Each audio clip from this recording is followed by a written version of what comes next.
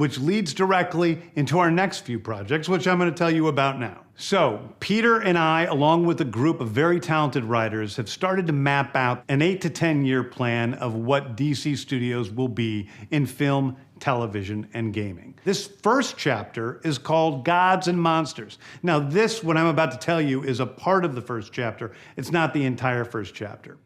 The first project is Creature Commandos. Creature Commandos is an animated series. I've written all the episodes.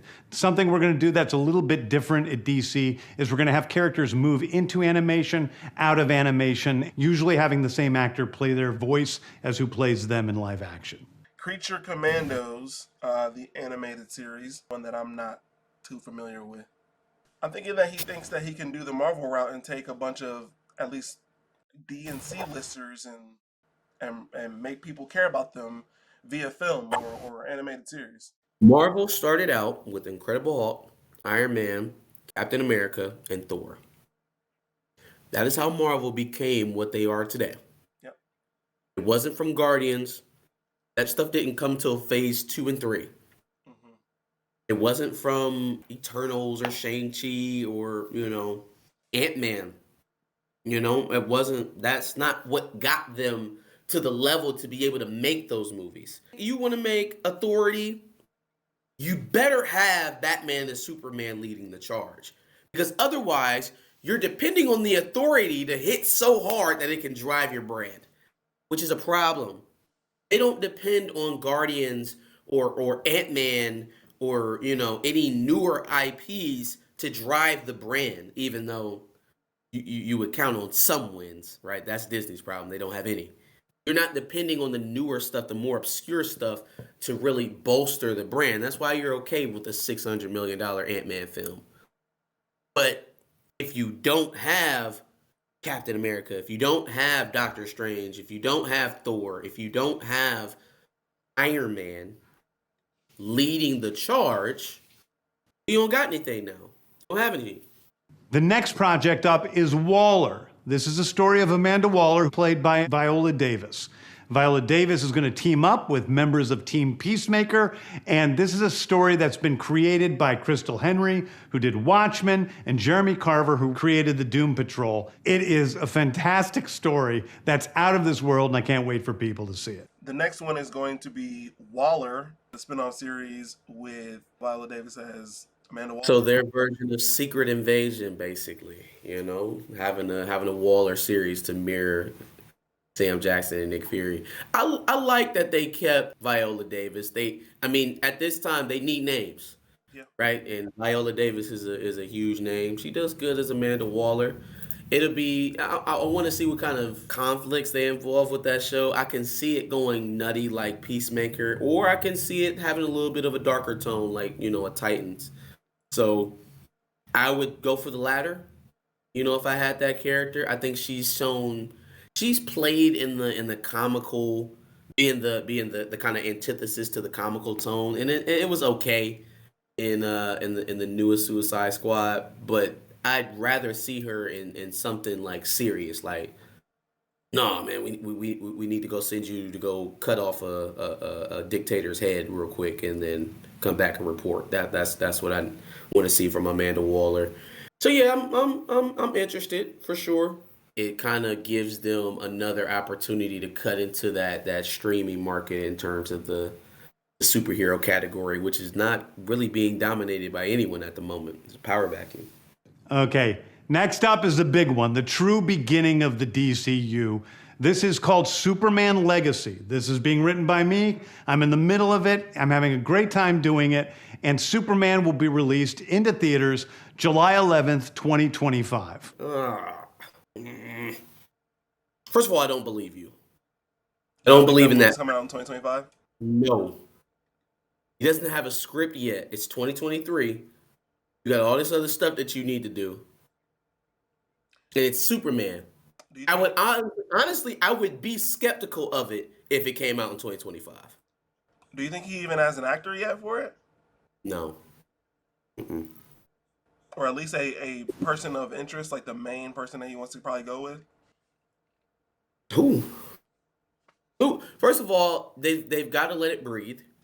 Yeah. They've got to let it breathe on the fact that we're not getting Cavill because people are livid about that. Mhm. This is just me. This is personal opinion right now. This is conjecture. But I think James Gunn being the boss, not just James Gunn, the director and producer, but James Gunn, the boss, it feels as though in these early stages that he wants to be the only bull in the pen. And those big, larger than life personalities that were at a time where Warner Brothers was kind of in flux. It felt like people were kind of grabbing at pieces of WB, and James Gunn ended up winning out. So he doesn't want any more bulls in the pen, right? He Except wants to Saffron. guide the direction of DC. Yeah, he wants to. Well, Saffron's his bud, so they have like interests. They move together, Fair enough. but he doesn't want anybody to infringe on him creatively. I think that's evident by what he cut and what he laid out. Okay, the next thing is a big premiere HBO television series called Lanterns. This is a story of a couple of Green Lanterns, Jon Stewart and Hal Jordan, and we have a few other lanterns peppered in there, but this is really a terrestrial-based TV show, which is almost like True Detective with a couple of Green Lanterns who are space cops watching over Precinct Earth. In it, they discover a terrifying mystery that ties into our larger story of the DCU. Lanterns, a live action series featuring two Green Lanterns, Jon Stewart and Hal Jordan. They're kind of like a buddy cop, maybe. So here's my thing with this, right? Y'all know how I feel about the side characters, the tertiary characters to the main guy. I think that I've seen enough love for the character, and even me having a personal connection to the character, because I Jon Stewart was one of the first. He was one of the first black animated characters that you was really consistently watching on TV for sure.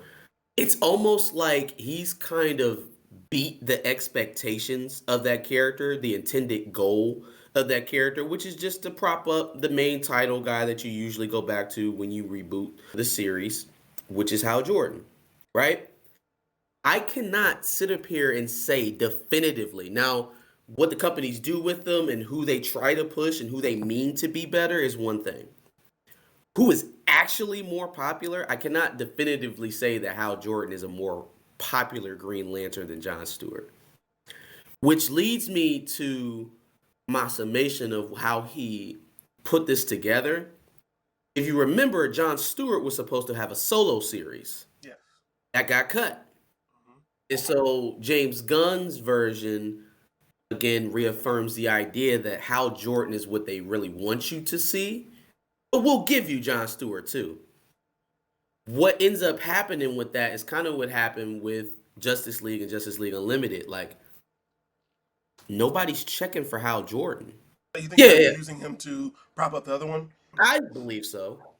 I believe like it's not just window dressing for for Hal Jordan being Jon Stewart. Like, if this series did not have Jon Stewart in it, I don't think anybody would be all that excited for it. The old school diehard DC fans that have been reading the comics for decades, sure. I don't think the natural excitement when we talk Green Lantern here or in the internet or any other channels is centered around Hal Jordan. I don't think it is. And that's not to take away from what it was actually intended to be. Hal Jordan is made to be the guy, Green Lantern on Earth, with Jon Stewart being secondary. He's just beat the expectations on that for real, because I just believe he's the more popular character. So it'll be interesting to see the dynamic, right? I anticipate something like a buddy cop to kind of level it out so no guy is really standing over the other for a while. But if they break out of that and they do make, somebody actually be the leader, to be the main character of one of the lanterns ends up dying or something like that, that will tell you, what they at least plan to do in the near future for Green Lanterns.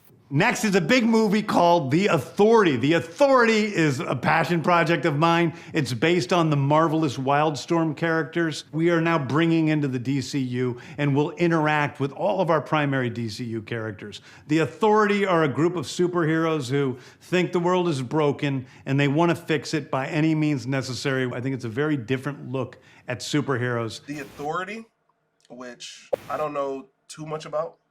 Oh, no, not shit. Okay. There's a couple of them that are like that. Yeah, kind of a lot of, ooh, yeah, no, this is my favorite shit when I was growing up. Kind of like very fringe, cult following type of title. Yeah. I don't know. I don't know a lot about this comic. I don't know much about the group. The description he gave me was kind of anti-hero-ish. So maybe like a Thunderbolts? Boys or Thunderbolts, something like that. Very anti-hero driven. I just don't know what to expect from the series, and that's that. And I believe the one about Themyscira or Paradise Island is what they're calling it. Paradise Lost. We're doing a television series called Paradise Lost. Paradise Lost is the story of Paradise Island, usually known as Themyscira, which is the birthplace of Wonder Woman. It's almost like Game of Thrones with Westeros, but with all of the inhabitants of Paradise Island. If you notice, when he was talking about Paradise Lost, it was a name. He alluded a lot to Diana, but he didn't drop her. If Gal Gadot's going to be in that series, you would say starring Gal Gadot. So Wonder Woman's not going to be in the series, so it's going to be Wonder Woman's house without Wonder Woman. It could be good. I have no confidence in it being good because what am I to expect from that? He told me it was going to have a Game of Thrones feel. Are you literally just trying to put women in charge of ancient houses that aren't Wonder Woman to recreate Game of Thrones? Is that what we're talking about right now? Okay, James, this was the big, we've been waiting on this all month, and it just kind of felt like, oh, you really like that stuff, huh? Oh, okay. I'm expecting to get hit over the head with Batman, hit over the head with Superman, hit over the head with Wonder Woman, Aquaman, boom, boom, boom. Get with Martian Manhunter, boom, boom. And he didn't give us everything he's going to do in this first phase, but it fell a little flat to me. I mean, he technically did give us a Superman, and the next one would be The Brave and the Bold. The introduction of the DCU's Batman is The Brave and the Bold. The Brave and the Bold is the story of Batman and his actual son, Damian Wayne. This is based on Grant Morrison's great comic book run. Damian Wayne is my favorite Robin. He's a little assassin who Batman tries to get in line, and so this is the story of the two of them and the beginning of sort of the Bat family in the DCU. Okay, let's stop there. Hey, listen. I know there are a lot of Damian Wayne stands out there. You know who Damian Wayne would have been if Franklin from My Wife and Kids had a sword? That's Damian Wayne. He's a kid who's too smart for his own good and needs an ass whooping from a utterly non-lethal father. Right? Somebody who doesn't have the kill streak, to go overboard with criminals, has the most unruly son on the planet. Imagine your son being a trained assassin at 12. Who wants that in their house? Who wants that? It's not the worst version. I think I'm forgetting his name. The Red Hood version of Robin is my least favorite. Dick Grayson is obviously is the guy. I don't think we have to go too far from that. Robin, Batwing. I mean, it's done. But Damian Wayne, okay. So to offset your Matt Reeves Batman, who is a younger version, and we're kind of showing his maturation, we're gonna have a grown Bruce Wayne that already has a son with Ra's al Ghul's daughter, a son who has been trained by the League of Shadows. Okay. So are we origining this, or are we just dropping right in the middle of a Batman situation? And which one's going to be Elseworld and which one's going to be main universe? I don't imagine that main universe Batman's jumping off point is going to be Damian Wayne. I hope not. So then, okay, what happened to Dick? Or do they just not exist at all in this new universe that you got going on? We just gonna toss it together and see how it goes, bro. The people like it, we'll keep making it. That's what it feels like. Yeah. Yep. Next up is a TV series called Booster Gold. Booster Gold is one of comics' really popular cult heroes. He is a fascinating guy. He's a loser from the future who uses future technology to come back to present day and become a superhero so that people will love him. It is basically the superhero story of imposter syndrome on an HBO Max series. And then there is Booster Gold live action series, which I've never even heard of Booster Please Gold. move on. Please move on. One of my favorite comic book series from last year was Tom King's run on Supergirl, Woman of Tomorrow. And so we're going to turn that into a big science fiction epic film. Now, Superman is a guy who was sent to Earth and raised by loving parents, whereas Supergirl in this story, she is a character who was raised on a chunk of Krypton. She watched everybody around her perish in some terrible way, so she's a much more jaded character. That's a film or is that a series? We're going to turn that into a big science fiction epic film. Supergirl? Woman of Tomorrow. Fam. I don't know. See, okay. Not that Supergirl, Kara, isn't a good character or anything. But fam, people are salty about losing Cavill. You say that we won't have a Superman until 2025, which, come on, man, there's no way you're meeting that. And you don't have a script written already, and you're still writing the script. There's no way you're meeting that without throwing something not fully thought through together. But you're going to give them Supergirl movie, not series, not special. You're going to spend the time, allocate the resources, and market Supergirl before you do Superman. Right? Again, not that, it's a prerequisite for a Supergirl or anything, but if you want people to be excited for the Superman side character, it's probably a good idea to have an in-universe Superman already. Right? Or am I just completely off the reservation? And that brings me to Swamp Thing, the last thing we're going to talk about, a very dark horror story in the origins of the monster who is Swamp Thing. And although it's totally outside of the rest of the DCU, it will still feed into the rest of the stories. I'm at least interested in the fact that it's a horror film from a DCU or MCU. Like, that is Sure. interesting. Sure. You got to get somebody who actually makes horror films to make it, but I think it'll be interesting. How many of these projects is James Gunn himself going to direct? I think it was a big swing for him to do the Superman himself. I guess it kind of makes sense because that one has to hit, and you don't just want to trust that with anybody. Yeah. But then when I think of James Gunn's work, it doesn't feel like, I don't know, it just doesn't feel like he's tailor-made to write Superman. I could be wrong. But if not, the lion's share of some of these bigger projects, I wonder how many of them he's going to be directly involved in. Anyway, those are the stories that I can tell you about right now. I've loved the DC characters since I was a child. They're incredibly important to me. I knew that this was a once-in-a-lifetime opportunity to do something very different. One of the things that's very important for me in all of these movies and TV series is that the director's vision and the vision of the writers and all of the creators is unique and something special. Storytelling is always king. That's all that matters to us. And I want to be true to those stories. I want to be true to you guys and really give you something different than you've ever seen before. It's important to note, again, that was just chapter 1. It'll be really interesting to see where they go from here. I mean, obviously, they want to avoid using the word phase, but it seems to be working in the same way. Let's call it a chapter. Yeah, call it a chapter, I guess. I thought we were rolling out a whole, maybe this is a 5-year plan, because this might take that long. But I guess I just assumed we were going to get like a quick overhaul of what at least a couple of chapters were going to be, not just one chapter by itself. It feels very thrown together. It feels very thrown together. There is some legitimate stuff that he announced that has people excited, and I don't want to take away from that. But it doesn't feel like right now, as it currently sets in the superhero genre, There's a power vacuum at the moment, right? Disney had an abysmal phase 4, lost a bunch of money last year, lost a bunch of money the year before. The streaming service is not what they anticipated it to be, and it's struggling. They have a looming proxy war over there. You have new management.